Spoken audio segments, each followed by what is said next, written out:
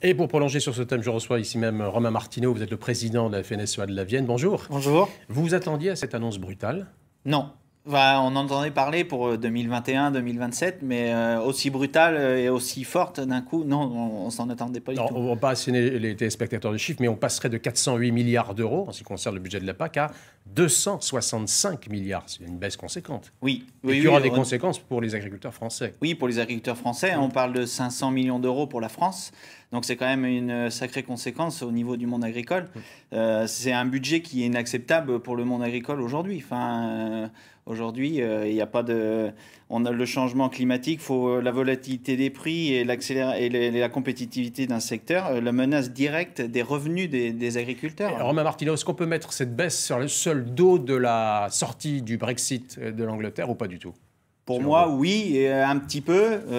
Faut quand même combler le trou budgétaire du Brexit, mais je pense que le Brexit a bon dos aussi, et je pense qu'il y a des choses qui se trament au niveau Europe qu'on n'est pas trop au courant pour l'instant. On a les premières grandes lignes et j'ai peur qu'il y ait d'autres annonces qui soient plus catastrophiques. Ça veut dire que si on descend d'étage en étage pour se retrouver effectivement au niveau des exploitations de notre département, par exemple la Vienne, ça veut dire que les petites exploitations pourraient être menacées? Les petites...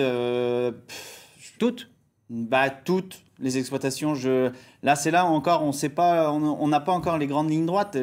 Pour moi, je pense que ça va être plus les grosses exploitations qui vont.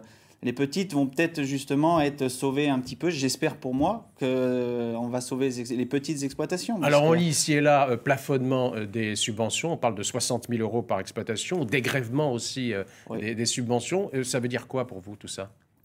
Eh bien, ça, c'est une ancienne idée, ça, qui traîne depuis longtemps.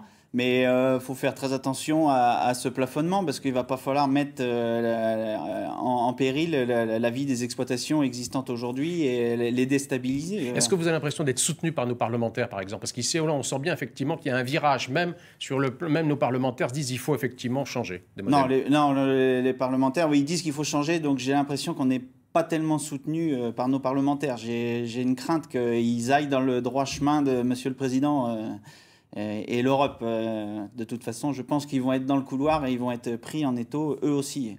En tous les cas, on y reviendra puisque le dossier vient d'être ouvert. Décision à la fin du mois de mai, je crois, en ce qui concerne la Commission de Bruxelles. Merci Romain Martineau d'avoir accepté notre invitation. Vous êtes le président de la FNSEA de la Vienne, tout jeune président de la Vienne. Merci. Merci.